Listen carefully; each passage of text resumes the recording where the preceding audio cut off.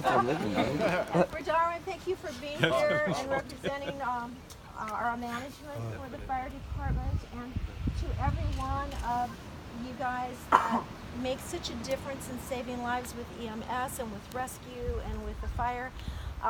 You know, we can't thank you guys enough, truly. We can't. You're very special to Frank and to myself and to the entire community. And one of our goals with the foundation is every year to let you know how much you count. Ben, how long have you been an ocean safety officer? 11 years. Yeah, and an award winner from this beach. I mean, saved lives. And an all-star triathlete before yeah, that. and so, you know, you guys are really making a difference, and having the support of people like Linda Jane to provide you with the equipment and the money for the training that we needed for the water safety craft officers, that came from the foundation through our community. And we just, we really are grateful to everything that all of you do, each and every day, and the fact that you put your lives at risk.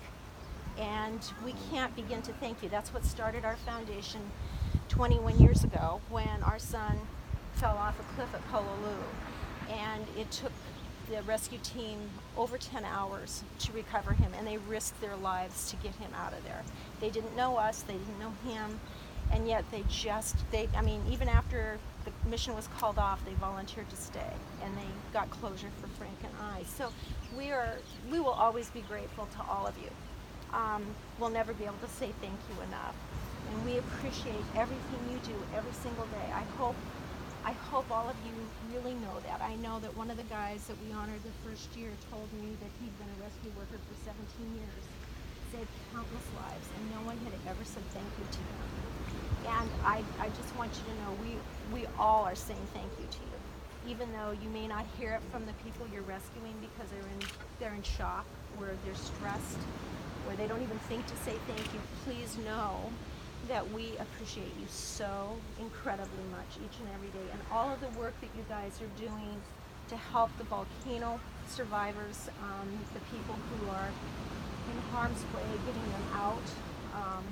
You know, thank you for all that you're doing there and for supporting your colleagues over on the east side too. I think too, just to piggyback on that just for a quick second, I know that I think a lot of the public kind of looks at the department as sort of segmented, and I know with all the stuff that's going on down in Puna, that's drawing resources, and those resources are coming away from ocean safety. They're coming away from all of the department to do it. So you guys are stretched even further, and so thank you again for, you know, all you guys do. And God, nobody whines, or at least I never hear anybody whine. But it's just amazing, and you know, nobody knows how long this is going to go on. So anyway, thank you. Chris, would you like to say anything to Linda Jane? I know that. Well, first of all, thank you so much. But to give a bit of a background on the ATVs, I guess, I mean, we never had them back in the day, so it's changed up the whole approach to how we're able to do things at the beach. Just to give some background. So prior to having the ATVs, you know, we would respond to a code, and literally the second person would have to run back and forth, back and forth, back and forth to the tower to get equipment depending on the situation. So what the ATVs allowed us to do is basically respond with what we need to get the job done right there on scene. There's none of this running back and forth, back and forth, back and forth. In fact, we've still got to get some Pelican cases, so we can have the AEDs on there as well. But so it's changed the whole approach and gives a better response time depending on how far the guard has to cover. So we might have a guard working the tower down there, have a situation arise, and the guard from the Alpha Tower respond all the way over with the ATV so he can get there that much faster with what he needs to do the job. So it's really changed the whole approach to how we guard it. It's really beneficial. And sometimes minutes, even seconds, make a difference. Oh yeah, definitely does. You guys know. Yeah, we were down here with Laura's cousins 2 years ago, March. 2 years ago, exactly. And there was a situation that happened down there. There was a kid that got caught in the current going out and got kicked and slammed against the rocks. And I mean, within seconds of anybody realizing that there was a problem, the ATV was there, the guy was off the ATV and in the water, and we thought that the ocean safety officer was going to get into trouble too, but he was able to get them out. And then I heard a story. I thought it came from Sean. It sounds like a Sean story, but there was a long run involved, to swim involved to get to the victim. And when they got there, they were so out of breath that the victim was asking if the person could speak English. That was Sean. So Sean, would you like to say something? And Jason as well? Because I know what a difference this is making for you. He's the word master. Yeah. Chris covered just about everything. When I first transferred from Maui, we had nothing here. It was, you had to run to that side or whichever side we had to. So thank you so much, Linda. I know you've always been a big supporter of ours, and we appreciate it. I can't tell you how much easier it made the job, safer. So, because there was a day where we'd have one guy per tower here, and if one guy's going to get a couple rescues at the wedge, then this guy's got to back him up, and that's a pretty good run if you're doing it all day long. So thank you, Linda. I remember one time, was it 2 years ago, when we had the surf was just pounding for like months at a time, and Paul had like 17 rescues in one day.